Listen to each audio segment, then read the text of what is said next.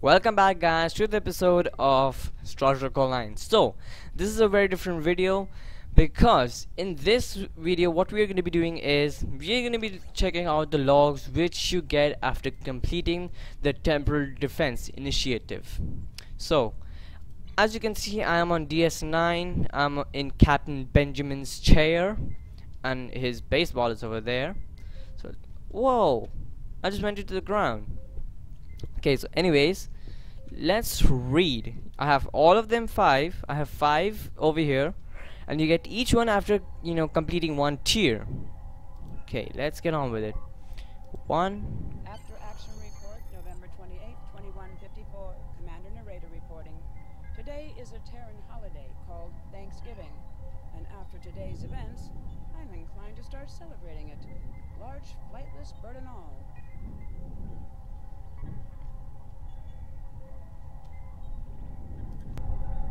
Okay, so it is a Terran holiday because it's Thanksgiving, and I'm surprised they have Thanksgiving over there. Okay, let's see the next one. It started when the Nakul extracted Dr. Eric Soong from prison. It seems they wanted him to devise augmentations for them. One of our agents tried to recover Soong, but wound up getting captured. I led a strike team to a compound where the Nakul were holding Soong and our agent. One of them tried to shoot Soong during the engagement. I took the hit for him. Thankfully, my shield was up to the challenge. Okay. Ending the Soong line would have been disastrous. Starfleet would have lost its first android officer. I believe stopping that is something to be thankful for. Okay, clearly she's mocking the Starfleet right now. After action report, stardate 9528.1. Commander Narrator reporting. There are days where the duties of my chosen profession are almost too much to bear. My assignment took me to the 23rd century and my homeworld, Cardassia Prime. Posing as an agent of the Obsidian Order was repugnant, but it provided access to the resources I needed to succeed. Okay, so in this one she had to go back into the 23rd century, posing as an operative of the Obsidian Order. A group of Nakul, working with local revolutionaries, was planning to detonate a photon bomb in the marketplace. I exposed their operation to the Order. Their response was predictably swift and final. Had the Nakul succeeded, they would have started a chain of events leading to the founding of a Cardassian democracy in 2313. They would have also claimed the life of a 5-year-old boy named Prokal Dukat. Dukat! Wow, now this is interesting. I have ensured the birth of Prokal's infamous son and preserved the timeline. I have done my duty, but take no pride in doing so. Okay, understandable. After action report, stardate 55781.09. Commander Narrator reporting. If I never see Polaris 3 again, I shall die a happy woman.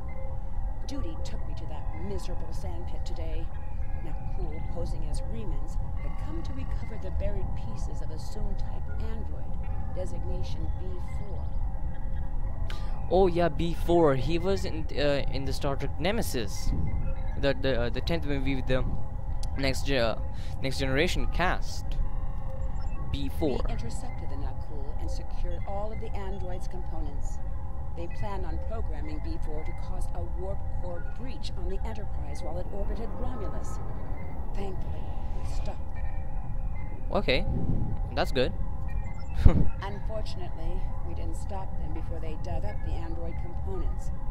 As a result, my team and I had to bury them again so Picard and his people could find them. I may never get all the sand out of my combat armor. Now that's tough. Okay, let's get on with 4. After action report, stardate 46853.5. Commander Narrator reporting. I've just enjoyed an interesting visit to Terok Nor, or rather, Deep Space Nine. Our intel suggested that the Nakul were going to assassinate Cisco, and in a most unusual fashion, death by holosuite. Death by holosuite? Well, damn. I managed to gain access to the station's holosuite network, but I saw no signs of tampering or any scheduled appointments for Benjamin Sisko. Jake Sisko, on the other hand, was in a session. I hacked the suite and stopped a holographic baseball pitcher from throwing a 300-mile-an-hour fastball into Sisko the Younger's skull. Wow. Oh, good job. I then tracked the assassin to a storage area. As I prepared to enter, the door opened, and the tailor Garrick walked out. He tapped his nose and smiled as he passed. Inside, I found the corpse of the lone Nakul agent. As I said, an interesting visit. Yes, because Garrick, he was with the Obsidian Order before he was banished from Cardassia. Okay, now the last one. After action report stardate 49427, Commander Narrator reporting. Death has tried to claim me in many ways. Today's attempt was particularly novel. Command sent me to deal with a plot to destroy the USS Voyager. The Nakul intended to program an automated Cardassian warship to attack Voyager once it came into range. Okay, now this is totally false because I've watched that episode, and it was programmed by Bailana to go back to Cardassia Prime and destroy, but it was, it was sucked into the from the Badlands to the Delta Quadrant, so it didn't reach its target, but it targeted another planet which is same to the planet which Bailana had sent the probe to. So I don't know what the heck is this. They didn't plan on it considering them enemies, however. It killed the Nakul, and when I arrived, it tried to kill me too.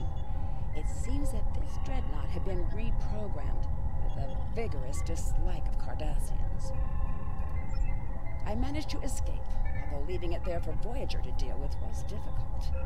I greatly dislike being shot at, especially by an idiotic robot spaceship. Okay, that is true. So anyways guys, that was all 5 of the logs which we got as soon as I hit tier 5 on the reputation system, and I'll show you what is there. Okay, there's a ground set with 2 pistols, armor, and a shield. So actually I do not have it now, but it's a 3-piece set. After that there are 3 kit modules. This is a micro torpedo spread, bioharmonic emitter. Okay, I might use this. Okay, I'll definitely use this one, once I have the resources for it. Then there is anti-time enhancement field. Okay, and that's it for ground. And for space, look, they have my little ship over there. Oh, yeah, they have my little no, sorry, that's not my ship. Okay, there's the universal console. It's also a 3-piece set. You need the energy weapon, torpedo launcher, and the device itself. So let's see. This is the beam. This is the beam array. Okay, 192.7 damage per second, or DPS. Then there are the cannon. Okay, that's a dual heavy cannon, which has 279.4 DPS. I think my cannons do more. I think my cannons do more damage than that. Yes, my cannons do way damage than that thing. But that might be because I've not these are Mark 12. Mine is a fleet version. And the torpedo launcher, which does 334.5 DPS. So that's one space set. And obviously there is the impulse engines, shields, deflector, and warp core set. There's the deflector. This is the combat impulse engine. There are the specs, then the deflector, the singularity core, the warp core, and last but not least the shield, which has 5913 shield capacity. I am using the soul defense set, and it's not it's just Mark 12 rare, sorry, very rare, and it has more damage than the shields. Maybe it's because, you know, it's not showing the specs correctly or something like that. I don't know.